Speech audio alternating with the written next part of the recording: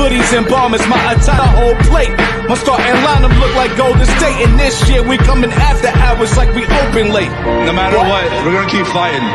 That's what we do. We're gonna keep fighting every single night. That's what we do. Sums up our team, sums up our city. Yeah. We dig. We fight. We find a way. Look. Yo, what's good? Y'all already know what it is. Knicks N Ish is in the building. Shout out to Frankie Fingers. We see you in the building. Uncle Paulie, we see you in the building. Jimmy J1 in the building. My God.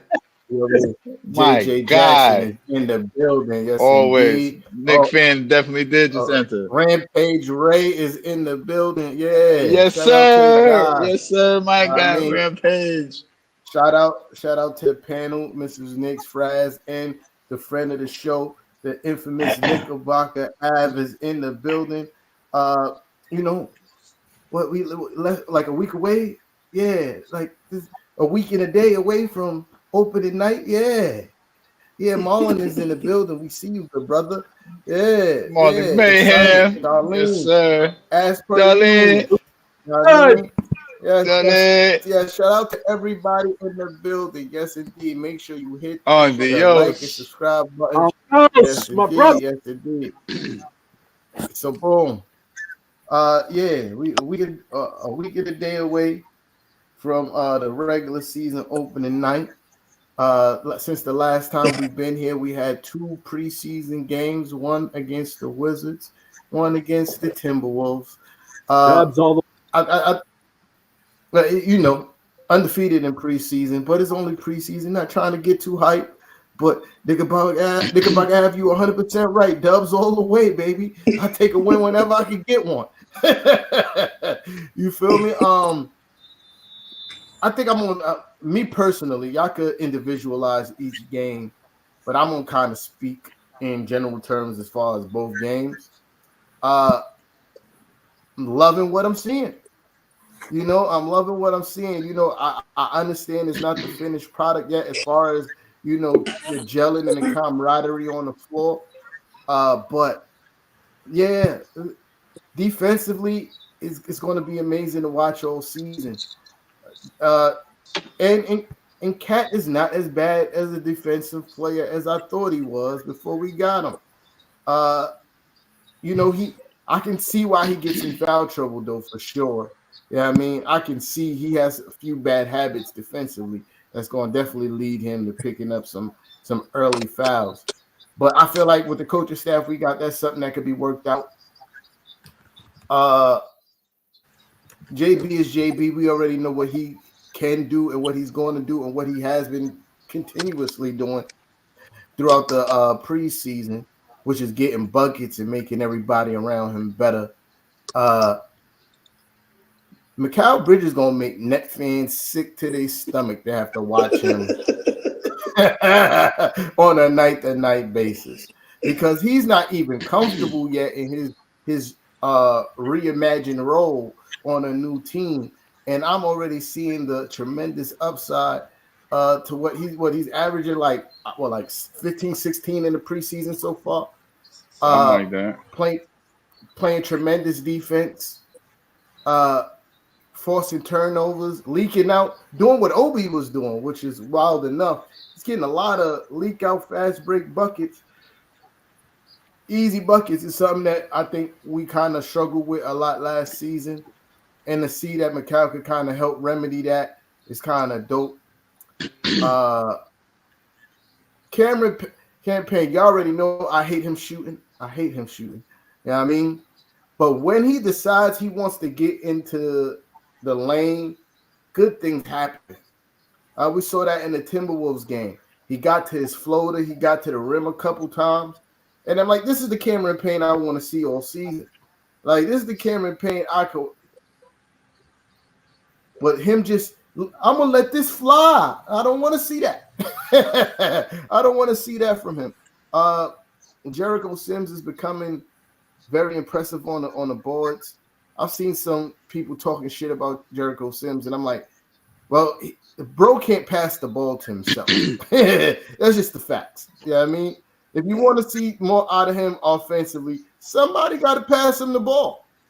You know, but defensively, he caught a block on Rudy Gobert, a legit 7-1 guy with really long arms, got up there, stuffed his shit at the rim, pause. And he's rebounding the ball very well. You see Precious out there trying to expand his offensive game. I'm not too sure if I'm sold on that, but it's a welcome sight, I guess. Yeah, I mean, I'm not sold on what I'm seeing, but we definitely going to need some offense coming from the 4 position because that's what it looked like he's going to play in the season. The Judge is playing the 5. We definitely going to need some kind of offense coming from there. So, I'm being super long-winded. I am not mad what I've seen over these last 2 games. You know what I mean? Just can't wait to get started. We got 2 more preseason games. Can't wait. You know what I mean? But yeah, that's my little 2 cents on what in the last 2 games. Don't y'all all speak at once now? You froze. That's what happened. Nah, he good. Well, I mean, listen here, man. First and foremost. I froze? Oh. You all did. Yeah. He good for us. All right, we should be good now. All right. Right, well, guys. if nobody wants to say nothing, I got you. First and foremost, y'all already know the vibe. It is your boy Frastas, aka the Parlay Lord. Shout out everybody on the panel. Shout out the conglomerate family. Y'all know who y'all are by now. And of course, please pay attention to what the Knicks got going on coming into the season because if you didn't watch the Washington game, the Knicks weren't really playing super crazy. Like it wasn't really going 100%. But to still cause 30 turnovers in a preseason game only tells me that the indicator for the defense on the perimeter for the New York Knicks is going up tremendously this year. Meaning, people get used to the fact that you're going to have a guy defending the perimeter and a guy running all over the place in OG, all right? Let's just be real. Having a guy like Bridges who can play perimeter defense is something that we've been waiting for. This was a big thing that the media exploited 3 years ago with the New York Knicks. The Knicks not having a prominent wing defender. You know, we've heard it all, right? Now we got a guy in Mikal Bridges who can not only defend the perimeter well, but can put up 15 to 30 to whatever amount of points he may possibly put up in a game because we don't know the extent. It could be his game one night, and he's already known as a Boston killer for the work that he did against Boston last year. So listen, Knicks fans, I need y'all to listen up. If you thought we lost out with losing DiVincenzo, not as much as you may think. All right? Pay attention. The season's gonna be crazy. 60-win season loaded. I hear that shit, Fraz. Anybody else? You want to go? Let's just put it like this. We gonna be fucking up some teams this year. That's all I gotta say. And I know, and part of my language, but we're gonna be putting a hurting on them. Look, I know it's preseason, and it's basically a glorified scrimmage with an opponent. But if you see the intensity and the message that the Knicks are putting out there so far in these 3 games, Brass just talked about it. Defense. Yes, you're going to have guys, lining up the scoreboard. You're still going to get JB, getting 23, 25 a game. He's going to drop a couple of assists. You're going to have Karl Anthony Towns. He's going to be dropping his 20, getting his 8 to 10 boards, and maybe a block shot here and there. You're going to have OG. OG got a lot to prove. He just got that big ass contract. $252 million is a lot of money, and for you to come in, the trades that have been made and everything that's it's gone about, this team is all in. And what I mean by all in is that we're not just settling for the conference finals. We're settling for the Larry O'Brien. And Big. Just what I've been seeing so far, it's not just the starters. Yes, the starters they're still getting acclimated. Bridges got to learn how to play with Anunoby. Towns and Brunson are working that pick and roll. Josh Hart has to figure out what his role is in here, considering that he's pretty much like just the fifth guy there. But in all seriousness, that bench, as much as we were worried, I know a lot of us were worried once we traded Donte DiVincenzo, and of course, traded Julius Randle, that we were going to be concerned about that bench. Deuce McBride is giving you a reason why you should not be that concerned. Precious Achiuwa is telling you why you should not be that concerned. And Jericho Sims is showing you that he can back up Karl Anthony Towns at that center position. Not to mention, I think, T-Top just mentioned Cameron Payne, Landry Shamet. These guys are all ready, and they'll get the assignment. The assignment is play your minutes, play the defense, and get your buckets. You do all that, you're good. You don't do that, you know what Tibbs is gonna do. He did it to Evan Fournier 2 years ago. Benched his ass. A leading three-point shooter. If you can't play defense, you're getting benched. Now, All right. Kevin, like I said, it is still preseason, but I'm excited. Yeah, I just wanted to add real quick. Cameron Payne has scored double digits in the last 2 preseason games. I know it's preseason, but still, this is some kind of indicator as far as the production he's going to be able to give us throughout the season. Go ahead, sis. Talk to us. No, I mean, I agree with everything y'all said. I mean, to piggyback off of Knickerbocker Ave, everybody was, including myself, concerned about the bench, and they have been a little bit more impressive than the starters for me. Like, we know once the starters get going, it's going to be over, right? But the fact that, in my opinion, our bench is going to dominate every other team's bench. I don't think every other team got a bench that 3-4 of their guys is going to give them double digits every night. And this is what we've seen from our guys, what we've seen from Shamet, what we've seen from Deuce. We know Deuce could throw up points. What we've seen, we know Campaign could throw up points as well from, his other teams. And then to see how coaches throwing the starters with them, like when you see Macau with them, Macau kind of took over as the main guy, and he kind of went off yesterday, right? But once our starters get acclimated and get comfortable with each other, it's a wrap. Like, teams are really, really going to be in trouble. Like you said, Josh Hart hasn't really scored anything all preseason. We know he can give us points. You know what I mean? Like, we in a good spot, and I love that. Although we're in preseason, yesterday's game against the Timberwolves definitely felt like a playoff game to me. Like, it was so intense, and me as a fan wanting to win so bad, hearing the fans cheering like it was a playoff game, seeing the guys going so hard, our starters and our bench going so hard, it was dope to see. And just to think this is only the beginning, and let's not act like they didn't play their starters as long as we played our starters. So we were going against a contending team that also got better this offseason, just as we did. So I'm super excited. I mean, what I seen, Shaman, he definitely earned a spot. No doubt about it. We need to convert that contract ASAP. He earned his spot. Seeing Deuce be so confident and seeing him progress from, his rookie year has been amazing to watch.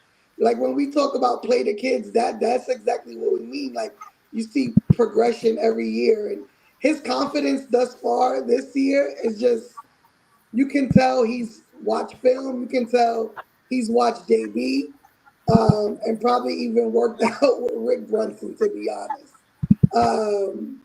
I liked what I see. Tyler didn't play yesterday, but the previous game, he gave us great minutes. Ariel Hakporti gave us great minutes that game as well.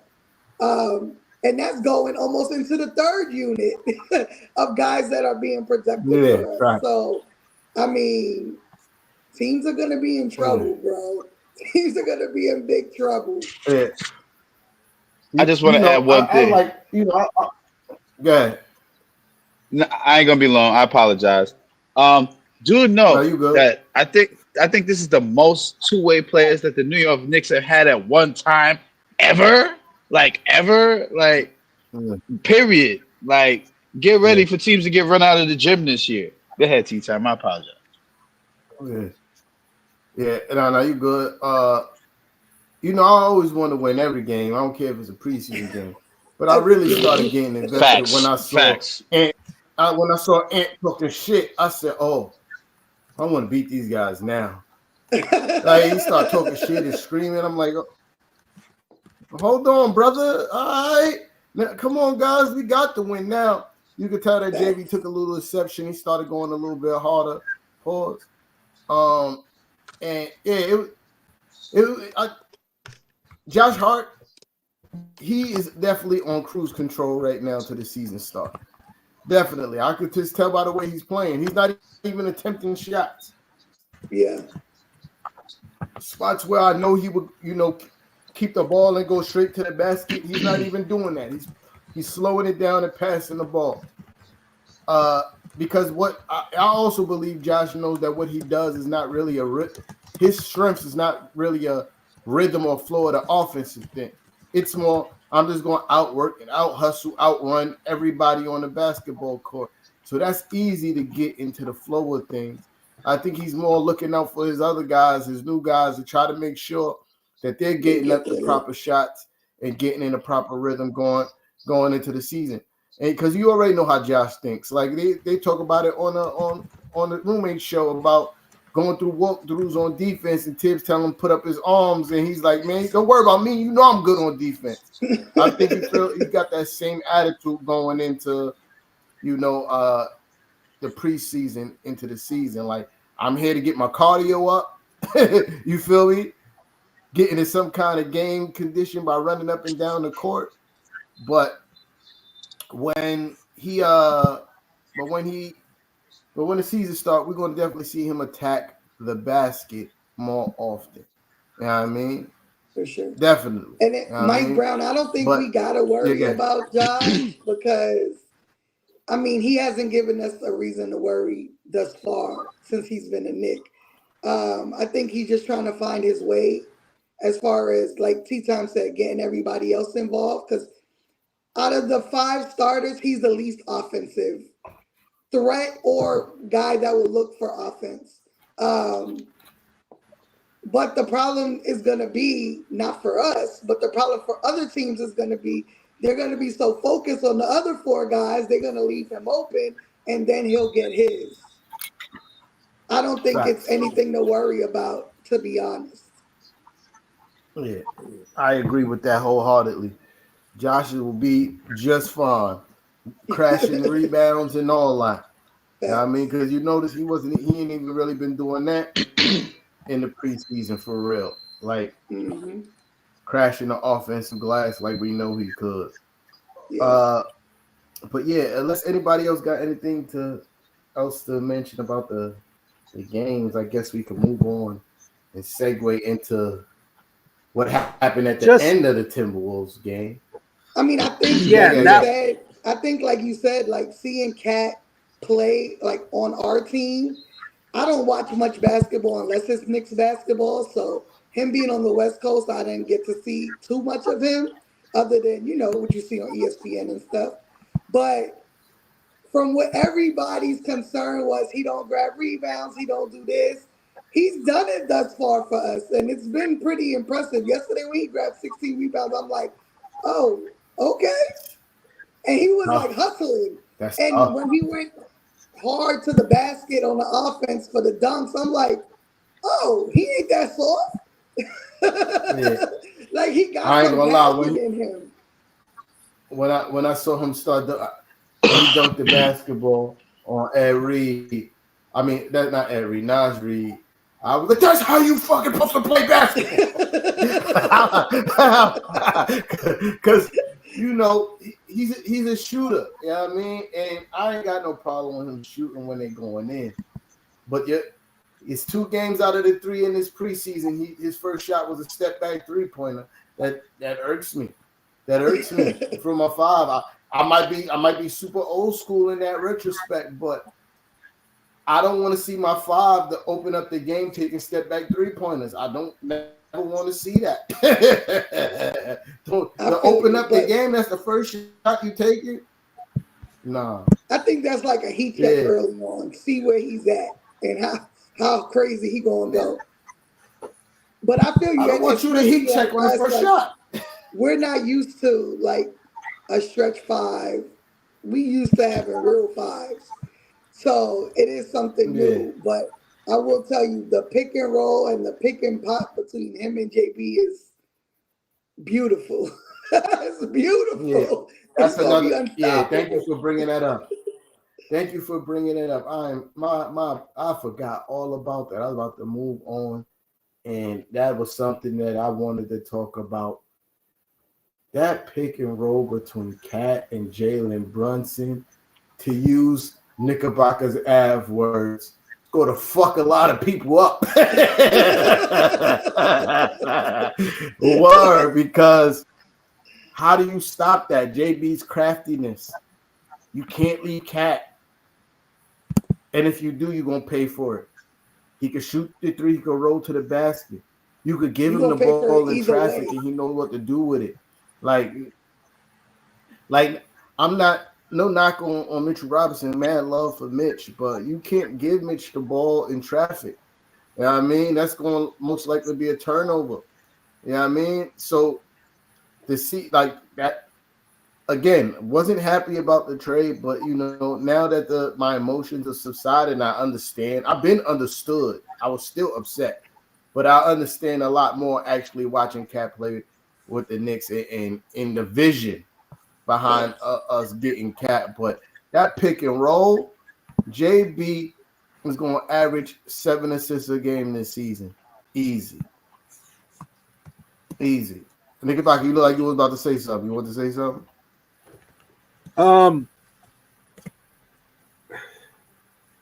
I just love the way I coined it earlier. We're gonna be fucking some teams up, and you know,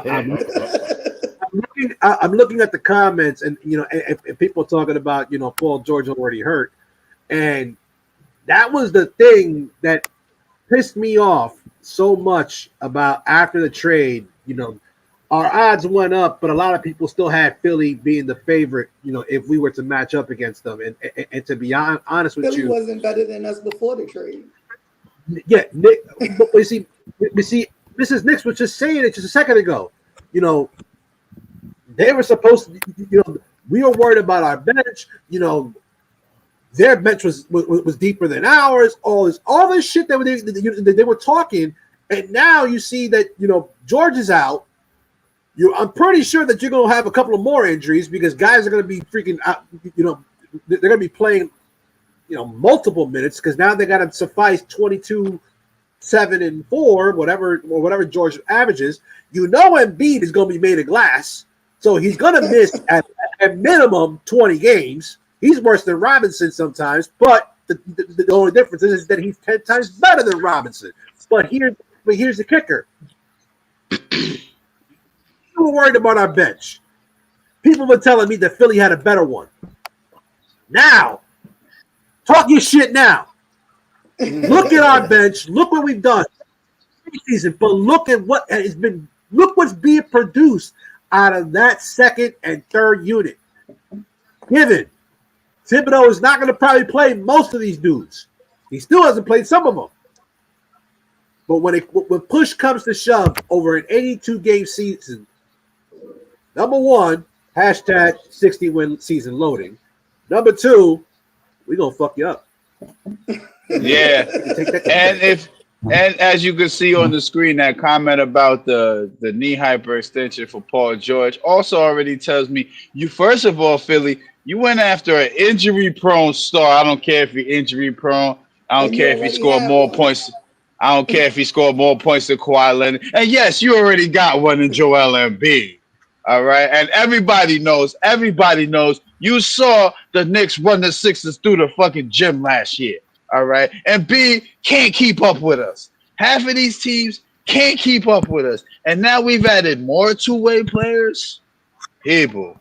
Let me just say it like this. I'm going to say it for the one. The recovery time for a hyperextended knee is 2 to 4 weeks, and the season hasn't even started. Yeah.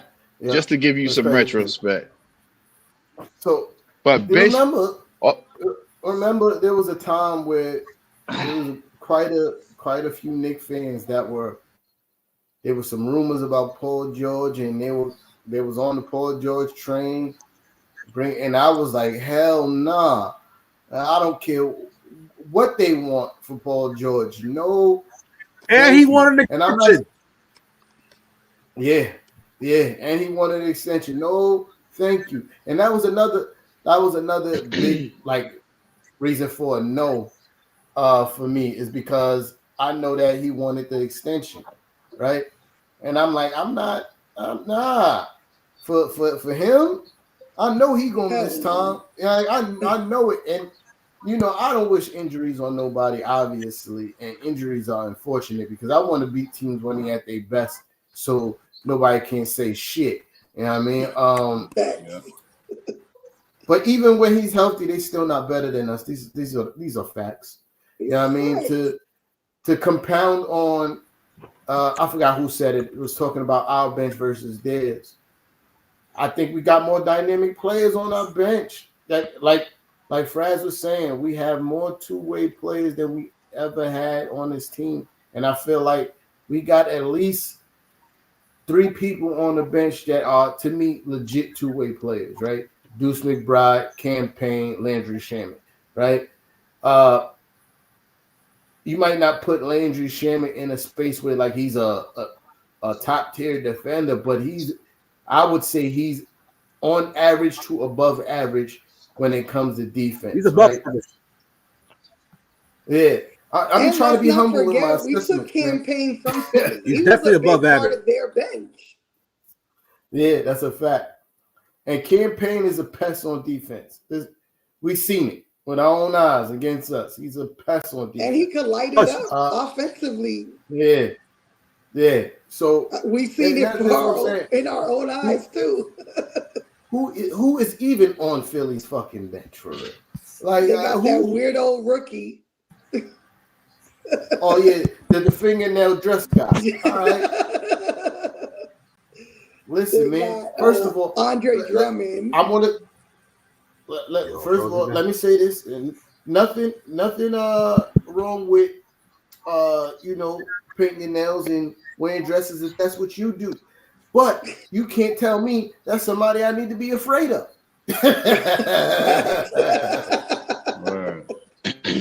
You can't tell me that's somebody I need to be afraid of. You know what I mean? So I'm not worried about the fingernail dress guy. He's too busy making TikToks. What's the dance move they be doing? Yeah, he's too busy doing that on TikTok for me to be worried. Nah, but yeah, Philly, they're going to have Tyrese Maxey is going to have an MVP year. Yeah, that's a fact. And he can do it. Oh no, I was about to say he could do it. He definitely could do it. I believe that. Yeah, but can he do it with a Paul George and Embiid on his team? Because to me, all 3 of them need the ball to be very. Yeah, he ain't got to worry about it. To be honest, like they're gonna do it anyway, so he'll do it.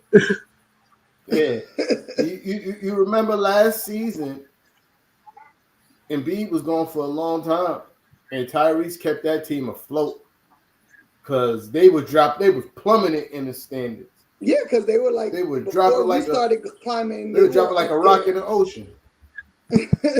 Yeah, but I feel like that's the way it should be. Like their offense should be run through him and not through Embiid anymore. Like Embiid will get his, of course. But you don't run the offense through him because Maxey, he's the one in charge of the pace. And when they play fast pace, which is his game, they're better. But they still running the offense through Embiid, and with that, y'all not beating us. I mean, y'all not beating us either way, but y'all really not beating us going through Embiid.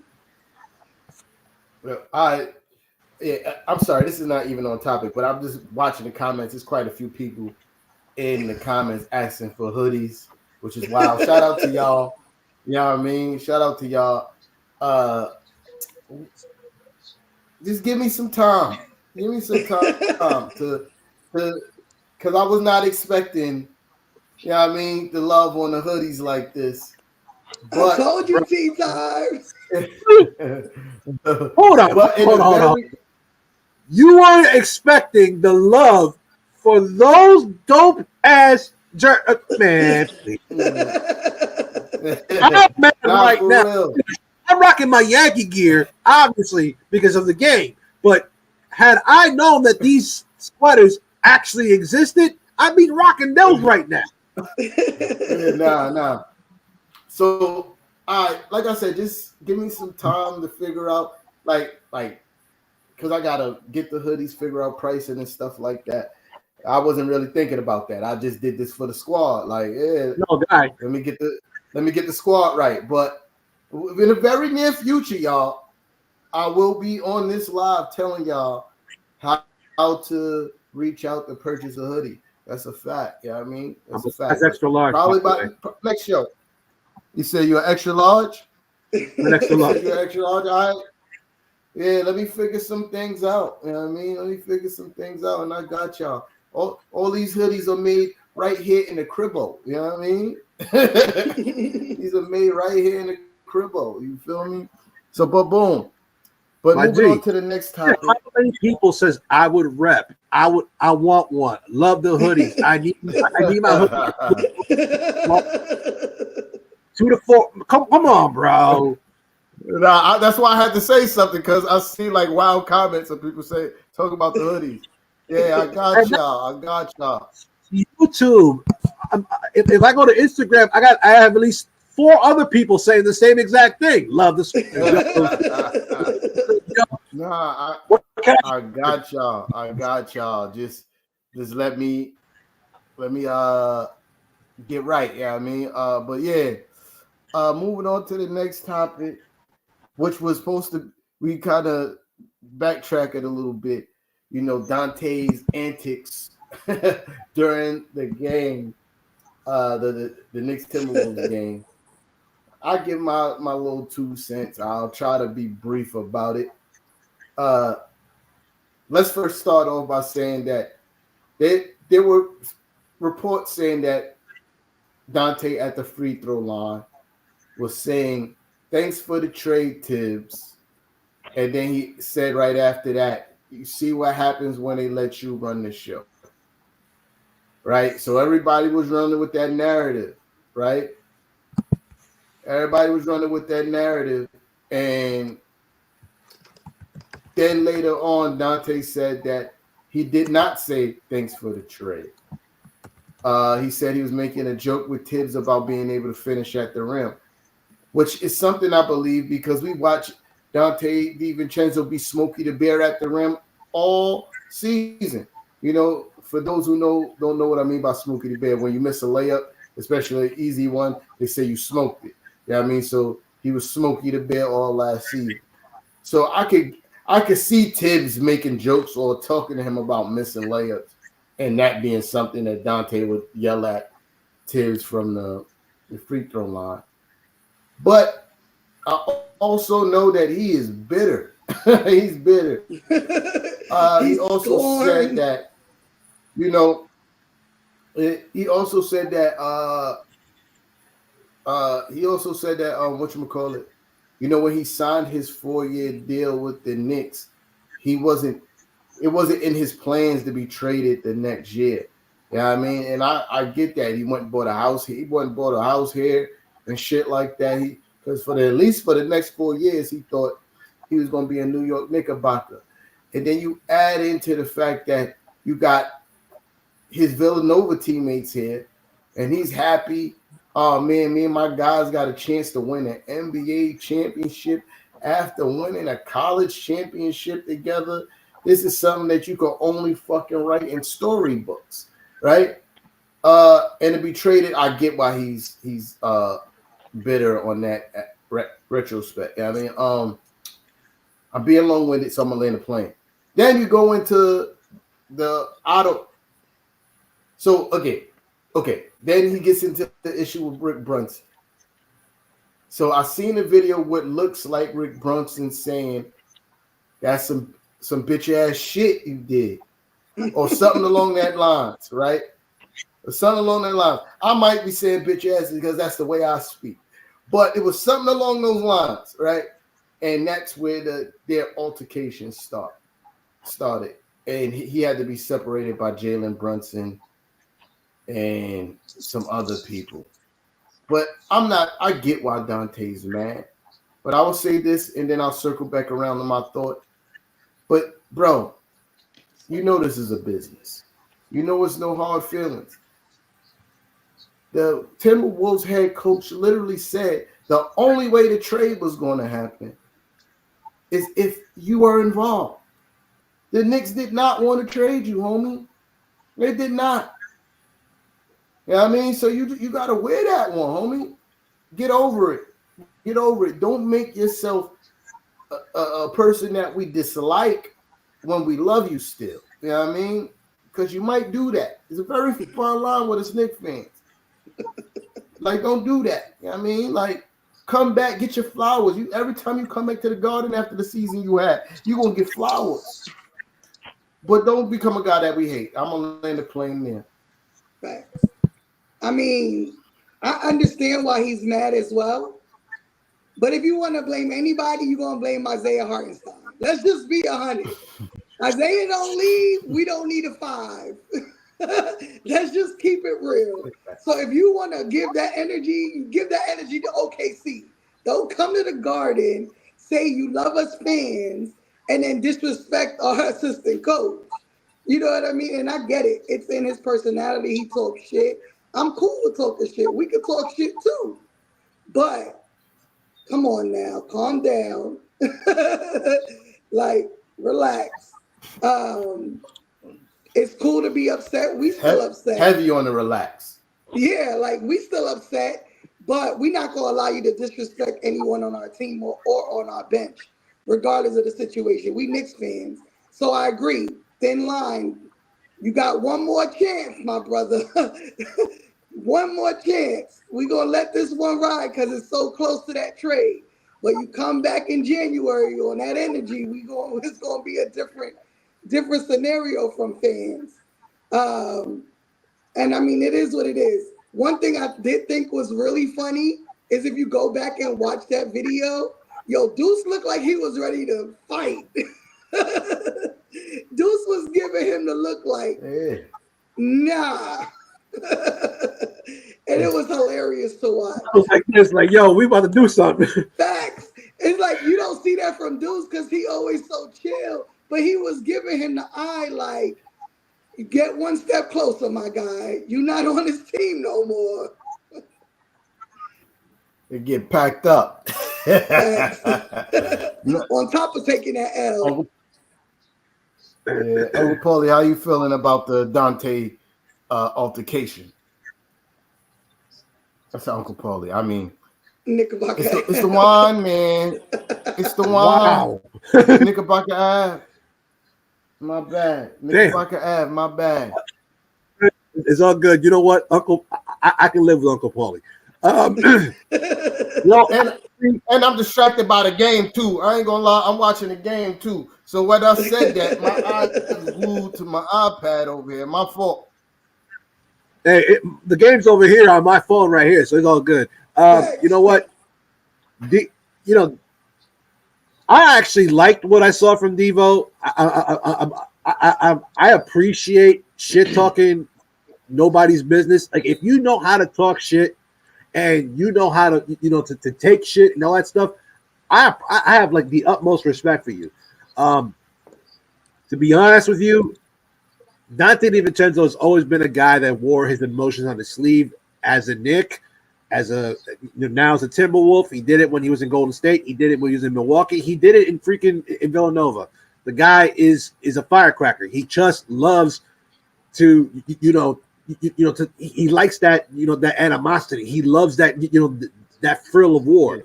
And I'm going to just say like this. I didn't see a problem with it until it seemed like he was like taking it too far with Rick Bronson. What he was saying to Tibbs, I didn't have a problem with. What he was saying to Brunson, I didn't have a problem with. What he was saying to to anybody else, I didn't have a problem with. And his explanation to it, I didn't have a problem with it either. But I think that to have a little bit of respect, now given that was his assistant coach, so the relationship is a little bit different for between DiVincenzo and Brunson. But at the same time, now you're an opponent, you're a competitor. This is a business. There's a certain line of decorum that you need to maintain. Now, given Rick Bronson is also a shit talker. He's a big shit talker. If you don't remember when he was a Knick himself, he talks shit. He talks shit everywhere he's been. So did he egg him on a little bit? Probably. Did he say some things that probably got into DiVincenzo's nerves? Probably. What was said, we will never know unless he discloses that in an interview with MSG Network or something. But I didn't have a problem with it until it seemed like you needed to separate Devo from Brunson. At the end of the game, so the game is over. Shit talking should stop. All you really need to be doing is dap somebody up, give them a hug, and walk. If you have a problem with that person, just pound it and walk off, or just walk off. But I didn't have a problem with it unless it was the part where it seemed like he was disrespecting Jalen's dad. Yeah, and I think that's not so much an assistant coach. That's what I thought was the sucky part too, because that's your best friend's dad. Y'all could have had whatever discussion y'all needed to have behind closed doors, after the game, in the locker room, at the bus, whatever. That's your best friend's dad. Like, that's not a good look. And that puts JB in a crazy position. And the Yankees just got a home run. So you mean to tell me, Donte, that you can't hold your composure after this little trade, and you've been around, what, 5 NBA teams? You've been like 5 NBA teams, and I get it. You wanted to be here. I get it. But at the end of the day, you showing that at times things like this get to you. So now this is going to go into affecting your gameplay moving forward. Now, then I'm kind of a little worried about you now, bro, because it's like, something like this should motivate you to play better and to not be on no petty type of time. Like, if I'm DiVincenzo's shoes, I'm taking that and I'm running with it, and I'm taking it out on everybody who I'm playing against on the court this season. Bro, you know what I mean? Because that's what the great players do. A contending team. You feel me? And when you look at it, when you watch the game yesterday, him and Ant look good together. Yeah, definitely did. Definitely did. But again, Divvy, you're a Timberwolves now. It's time to move on, bro. Put your big boy pants on, bro. My thing is when I watch the end of the game, and clearly they showed that scene at the end like 20 times. But it looked like in that instant, Rick Bronson kind of instigated that shit, because he didn't have to say that. You know what I mean, he didn't have to go up to him and say whatever he said. You know what I mean, and me being a former hot-headed person, still, us former hot-headed people never really cool down. But me being a former hot, you ain't just gonna walk up to me and say whatever you're gonna want to say. You know what I mean? And me not have a retort or a response.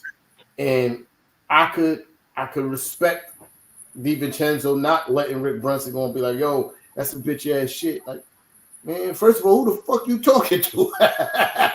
You know what I mean? Like, so again, like Knickerbocker Ave said, is a lot that we probably will never know that happened in that situation. I'm not mad at Devo for feeling some kind of way about being traded. I'm not mad about him talking shit. But you also got to relax. You also still got to relax, bro. Like, don't turn the fans against you, because the season you had last year, even though, albeit just one season, kind of, so like, you might not be a Knick legend, but you one of the guys that Knick fans of this generation is going to talk about for a very long time. You know what I mean? So don't ruin that. You know what I mean? Don't ruin that. You know what I mean? Come get your flowers. But my fault. He also said, well, I don't know if this is a direct quote from him, but I saw it online. That he's like, yo, he said, like, you know, me and JB, that's my brother. Like, as far as our relationship go, He said, like, we're going to chop. And then he said, as far as me and Rick, we'll figure it out. You know what I mean? Like, he said that's a and I respect that. relationship. Yeah, he said that's a different relationship. And he's something along the lines, we'll figure it out type shit. And I respect that answer too, because that's your best friend's dad. Like, I don't see Devo being like a blatantly disrespectful type guy. You know what I mean? So I think they're gonna work it out. I think when they come to the Garden in January, we might see we're gonna see Rick Bronson and Devo give each other a pound and a hug. I believe that's what we'll see.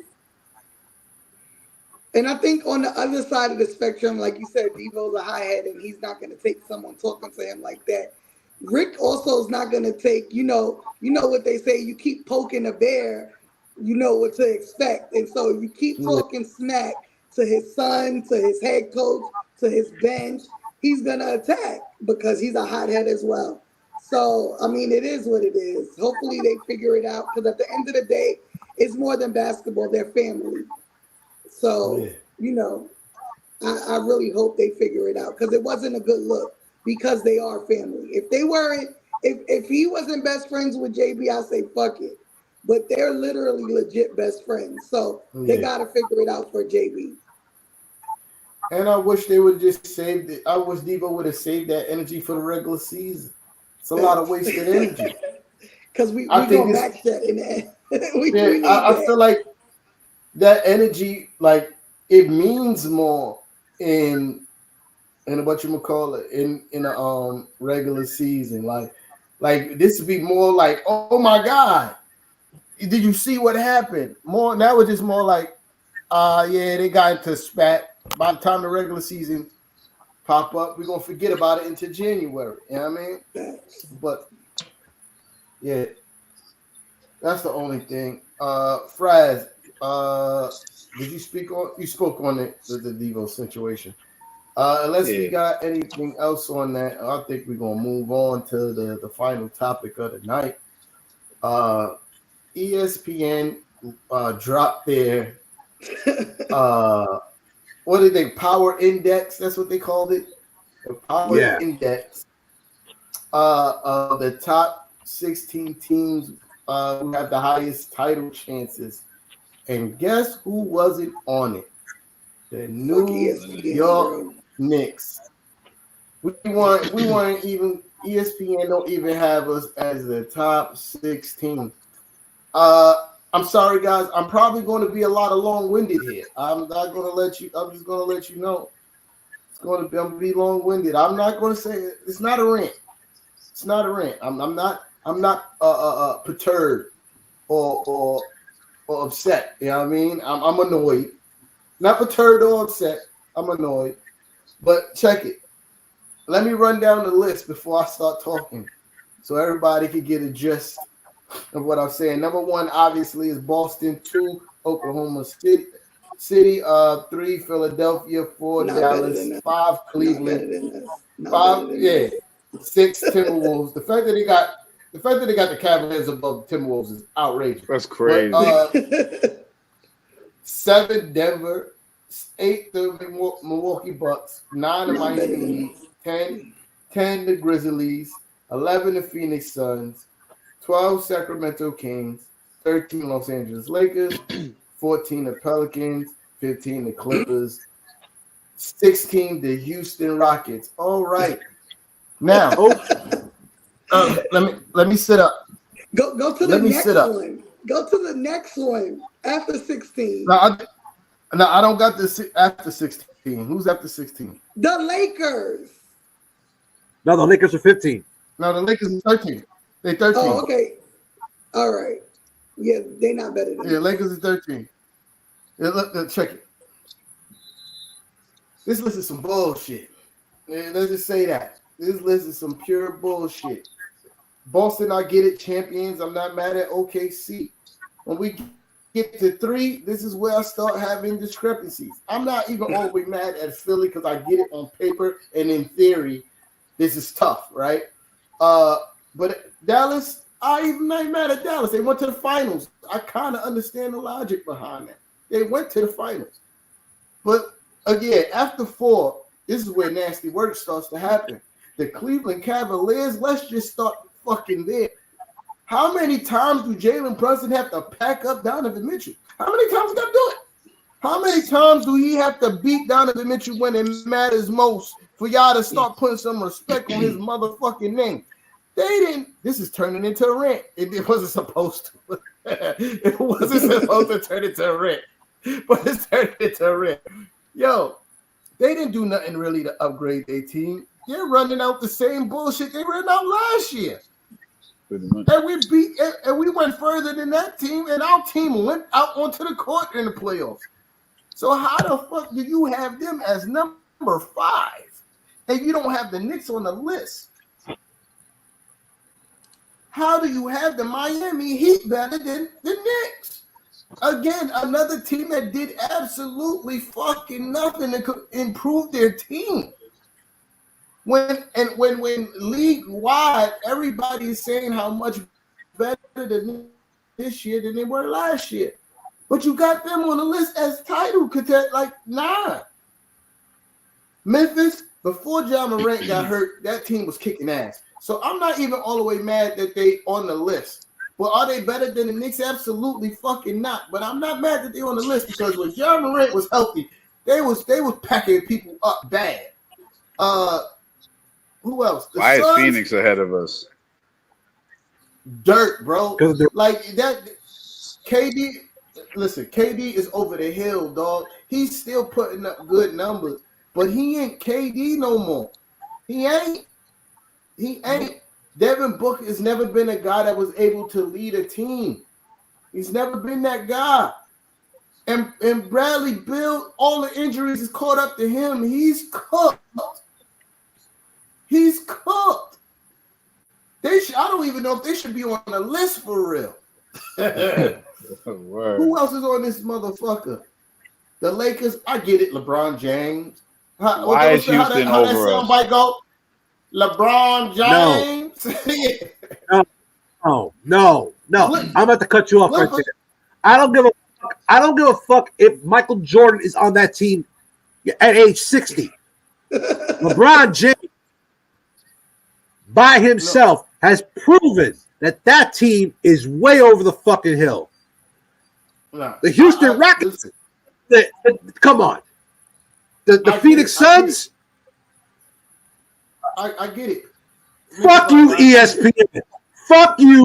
Fucking with us, because I know that list was only designed to piss off Knicks fans, because you know that we make up about 60 to 70% of your fucking fan base that watches you. Everybody else, don't glance at ESPN. They might fucking listen to Stephen A. Smith every now and then, but other than that, no one gives a fuck about your fucking network. Not fans, not New York fans, not anybody on this fucking panel. Fuck you. Fuck you. Fuck you. Yo, that was a rant. I get it. That was definitely a rant. I get it, but I also have respect that it's still LeBron James. Now, I'm not saying that they're right. I'm not saying that they're right, but I get it. Yeah, I mean, I get it. They're wrong, but I get it. Houston is fucking absolutely absurd. Absolutely fucking absurd. This is the most egregious thing I've ever seen in my life. Why in the world do you think that Houston Rockets have more fucking chance to win a championship than the Knicks? So you're saying, because they said this is the percentage they have. So you're saying the Knicks have less than a 1.2% chance to win the championship? Less than a 3.3% chance to make it to the finals? Are you fucking kidding me? Are you fucking kidding me? We were one away from the Eastern Conference Finals. The whole team had to get injured for us not to make it. Literally, the whole fucking team. By the time the end of that series happened, There was no Jalen Brunson. There was no Josh Hart. There was no Julius Randle. There was no Mitchell Robinson. There was no OG. Like, the whole starting fucking five was hurt. And we still was 1 win away from the Eastern Conference Final. And we beat the third team on the list. We beat the third team on the list. First round, packed them up, and we still hurt them. And we're better now. Nick Baca Ave is right. This is Knicks for clicks. This is clickbait shit. It has to be, and it's disgusting work. It's disgusting work. And what Donald Trump would do, they're failing. It's a failure of a network. The ratings are in dump. And it is finding sound bites to make himself relevant. That's what Donald Trump would say to this type of shit. I'm not a Trump supporter. I just like imitating him. It's funny. But yeah, I'm gonna land the plane there. Get fired. Yeah, I mean, that power index to me is just a joke. I mean, I see what you say, like you understand why they put Philly up there and Dallas up there. But we beat Philly last season, and we're better this season. So I don't see why I'm not saying that they're right. I'm not saying that they're right. I know they're you're wrong. Dallas got through the West by luck. I'm not gonna hold you. They got through the West by luck last season. And the way they played in the finals should have dropped them automatically. Cleveland's not better than us. They haven't been better than us in I don't know how long. They were better than us when we smoked them out the playoffs. They ain't better than us. Denver, I think Denver had their one, and that's it for Denver. It's a wrap. I understand Oklahoma, I understand Boston. Those three, the Knicks should be right with those three. Miami, I don't see it. They not better than us. Phoenix, not better than us. The Grizzlies, I don't care if John Morant's back, not better than us. The Pelicans, not better than us. Houston, definitely not better than us. The Lakers, definitely not better than us. Like, no one on this is better than us. I'm sorry. We should be up there in the top 4, without a doubt. And when you look at, like, their index from the season before, 1, 2, 3, 4, 5. The Knicks were number 7 last year. And we're number 19 this year. And we're better than last year's team. Yeah, I'm I over agree. it. Fuck ESPN. Straight up. Fraz, you got any thoughts, my boy? Oh, no. Did he freeze? Oh, Yeah. There he goes. oh. Do I got? Come on, man. We all know every year ESPN come out with some bogus takes about the over win projection and power rankings. Listen, last year they had us at what? Not even 45 wins. What did they have us at? 39. 39 wins last year. We clipped that like it was nobody's business. All right. Now this year, I think they have us at what, 54 and a half? Something like that. But to have us so low on the power index, but to have us winning 54 games? Come on, ESPN. Make it make sense, man. Stop the nonsense, man. For real. Like, y'all really contradicted yourselves with them two things right there.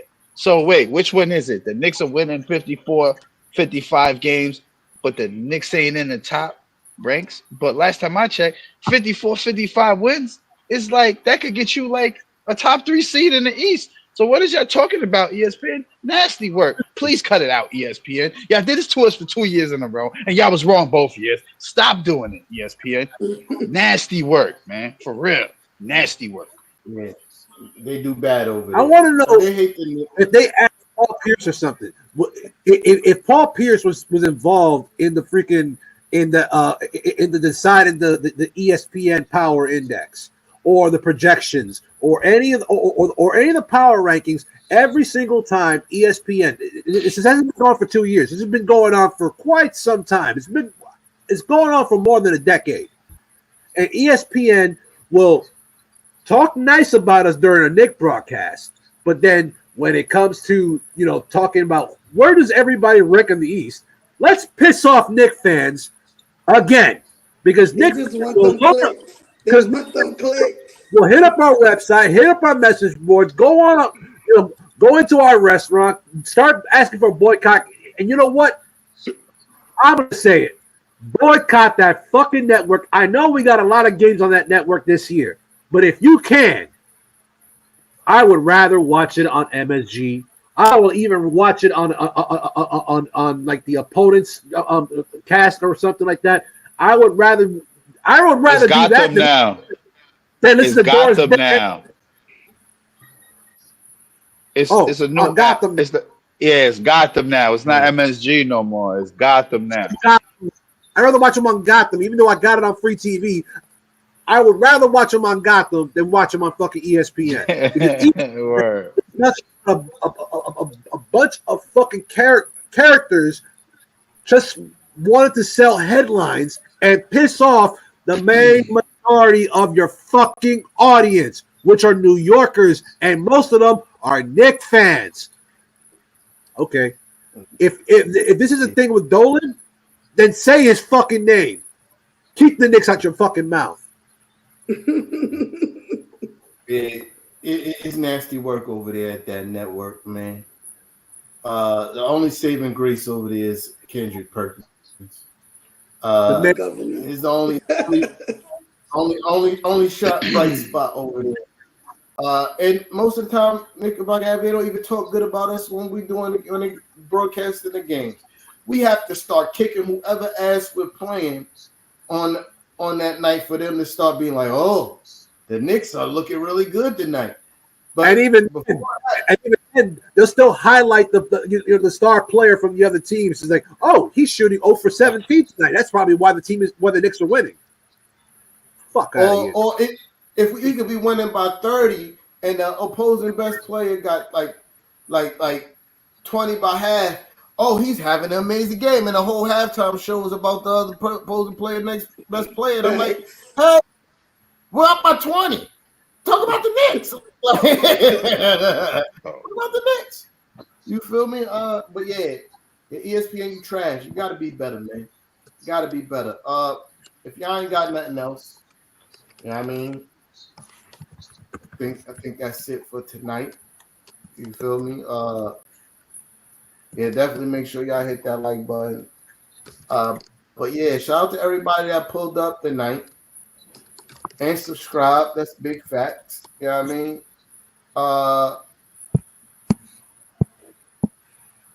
Yeah. Shout out to everybody that pulled up tonight. I'm gonna get at y'all next week when we pull up. I will have pricing for the hoodies. You know what I mean? There will be pricing for the when I pull up. You know what I mean? And tell y'all how to reach out to us so we could get y'all some hoodies and get y'all right with some Knicks N Ish paraphernalia. You know what I mean? Yeah, we're gonna get right. We're gonna get right, but make sure y'all subscribing and sharing. You know what I mean? Sharing is always caring. And we see y'all next week. Peace. Hey, I'll let y'all next week.